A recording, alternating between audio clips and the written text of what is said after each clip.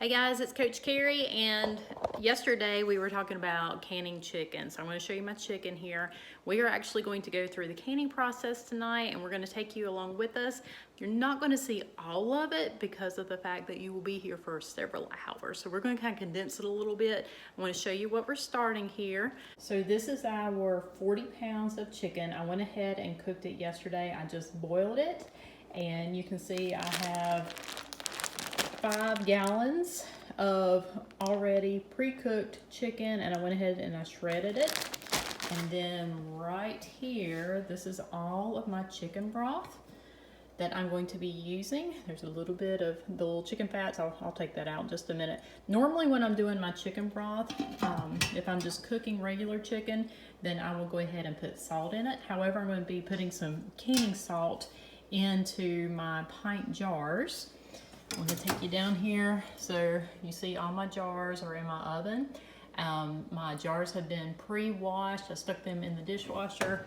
So I have 2 layers of jars going on here. We have about 40 jars total, and I'm hoping that 40 pounds of chicken is going to give me 40 pint jars of chicken, which is going to last us a long time. All right, so here's some of the tools that we're going to be using. These are the ball lids, and you need to make sure that you put them in some hot water. The lids need to be warm so that they can seal properly when you go to can your foods. You're also going to be using a lid wand. This canning tool is it's got a magnet tip, and it makes it easier to remove the lids from hot water. You've got a plastic spatula that helps remove the air bubbles. You have a jar lifter and also a canning funnel. And then we're also going to be using canning salt. You can also use pink sea salt. Do not use iodized salt though when you are canning.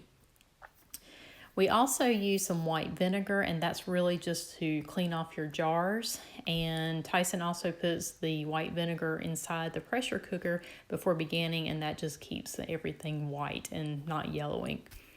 You need to make sure that when you start using your jars that you have washed them correctly and that they are hot. I always warm mine up in the oven, and then when I'm ready for each jar, we just pull it directly out of the oven so it stays hot the whole time. I've got it set at a low temperature, somewhere between 180 and 200 degrees. And you also want to check your jars, make sure that there's no cracks in them, otherwise you will not get a proper seal. Now once we have all of our tools gathered, then Tyson is on one side and I'm on the other side, and his job is to actually put all of the shredded chicken into each jar, and then he passes it to me. And then I put half a teaspoon of the canning salt into each jar, and also I fill up each jar with the chicken broth that is boiling, and I fill it up just until the lip of the jar. And then after you do that, then you just kind of poke it with your spatula and make sure that you get all of the air bubbles out, because you definitely don't want to cook it with air bubbles. You could have a can burst while you're canning. So this is a long process. This actually takes us about an hour to fill up every single jar.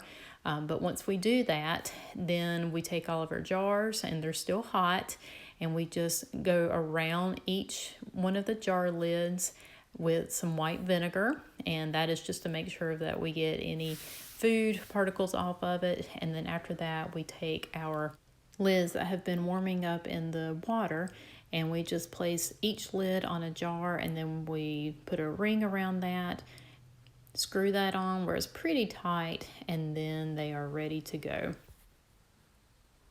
So we have our cans in our pressure cooker. We're actually going to be using 2 pressure cookers tonight, and both of these have a double layer. All right, so now that we've got all of the cans completely filled up, each one of these canners is going to hold 20 pints. And we had, show them that real quick. So we had just a little bit left over of the broth, and we had run out of chicken, so we're going to go ahead and can the chicken broth too. We can use that to cook our quinoa with, or we can do a soup or anything like that. Now these canners are actually from, what are these from? These are old. 1960s. These are probably 1950, 1960 models. So most of them that you're going to get is going to be a lot easier than this. And we use a Camp Chef cooker here. And Tyson's going to get it set up. So tell us what you're doing here. So I'm going to turn up the heat to about medium.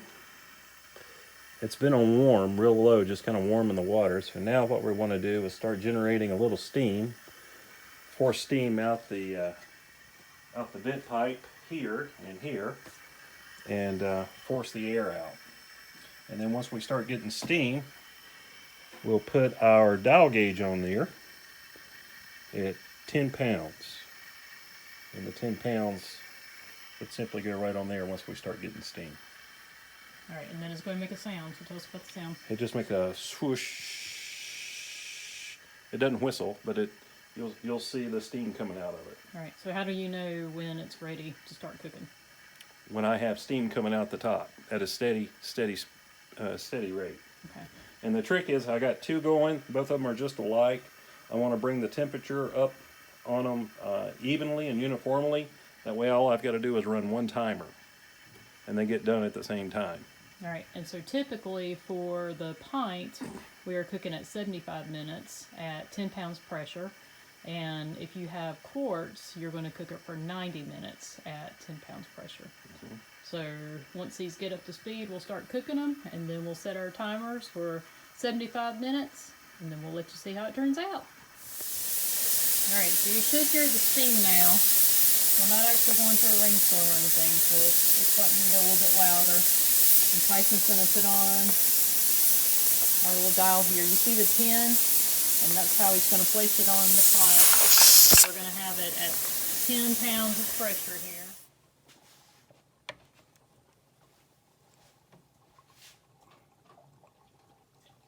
All right, so Tyson is taking the jars out of the canner right now, and I'm hoping that they will pop for you, because did you hear it? Every time you hear that little pop, that means that the jar has sealed. And we always do all of our canning downstairs in the basement because it tends to make a mess, so this kind of helps keep the kitchen a little bit cleaner. So he's going to put all these out, and we're actually just going to let it sit overnight, and then tomorrow I will take the rings off and check and make sure that everything has completely sealed, and then we'll label them and they'll be ready to go on our shelf.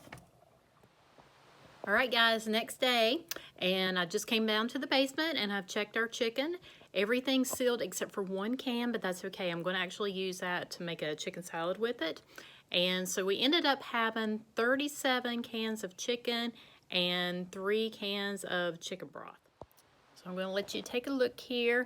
Now, this is what I want you to do. When you pressure cook your chicken, you're going to leave those rings on for about 12 hours. And then the next day, I always take them off. I always kind of tap the tops to make sure that they're sealed. If they haven't sealed, that little top piece will go up and down. If they have sealed, it's going to be a flat surface there, and it's not going to doing or anything.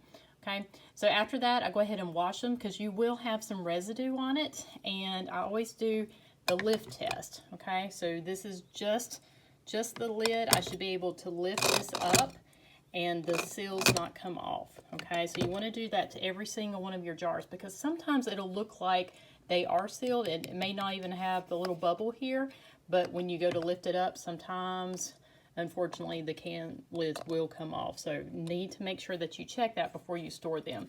You will also notice that I have put a chick and 222 on every single one of my labels here, because how often do we can something or freeze something and we think we know what it is, but then we go back and check, we have no clue what it is, and it becomes mystery meat or a mystery vegetable of some type. So you definitely want to label it. And normally canned goods like this is going to last on your shelf for 3 to 5 years. Okay, so it's a good investment for sure. All right, and one more thing that I want to show you. If we showed you our old-fashioned canners, those were 1950, 1960 models. You can get those on Facebook Market or eBay. There's always some grandma that has one that the family doesn't know how to use it, and they're just trying to get rid of it, so you can get those really cheap. I think we have probably 5 of them now. So when we do a lot of canning, like with the chicken, that's what we're using. However, I want to show you this one here. This is the Presto Precise. This is a digital pressure canner here.